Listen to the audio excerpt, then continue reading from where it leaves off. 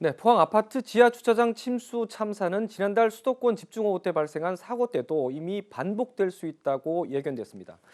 지하 주차장은 수해 상황에는 가장 취약한 공간임이 여실히 드러난 건데 피해 예방을 위한 제도적 장치는 아직 완비되지 않았습니다. 무조건 주의하는 게 현재로선 최선일 뿐입니다.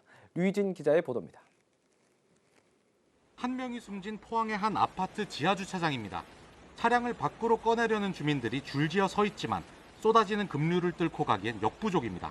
비슷한 시각, 하천 인근 아파트 지하 주차장은 범람한 물에 순식간에 잠기면서 차를 빼려고 들어간 주민 9명 가운데 7명이 숨지는 비극이 일어났습니다. 생존자 2명은 곡선으로 이루어진 지하 주차장 진출입로에 형성된 에어포켓 덕분에 구조될 수 있었습니다. 소방당국에 따르면 당시 지하주차장 상부 배관 위로는 물이 차지 않아 2명의 생존자 모두 천장과 물 사이의 작은 공간에서 호흡하는 방식으로 생존할 수 있었습니다. 이날 이른 새벽부터 시작된 폭우로 인해 아파트 인근 냉천이 범람했는데 지하주차장은 물론 외부에 주차된 차량까지 물에 잠겨 떠오르는 수준이었습니다. 그러니까 한 5시 한 반쯤 됐을 거예요.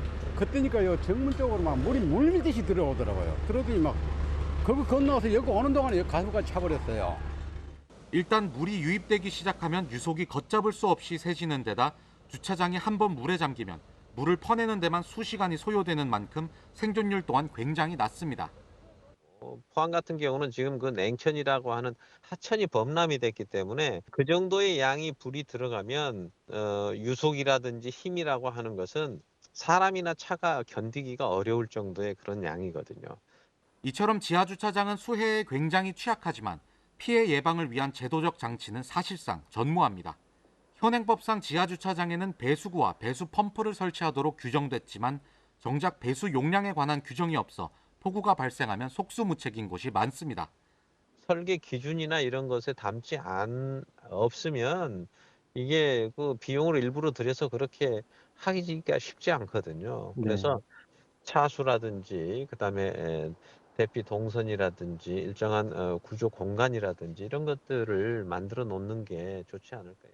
해마다 반복되는 비극을 멈추기 위한 좀 더 촘촘하고 실효성 있는 규정과 제도가 절실한 상황입니다. HCN 뉴스 류희진입니다.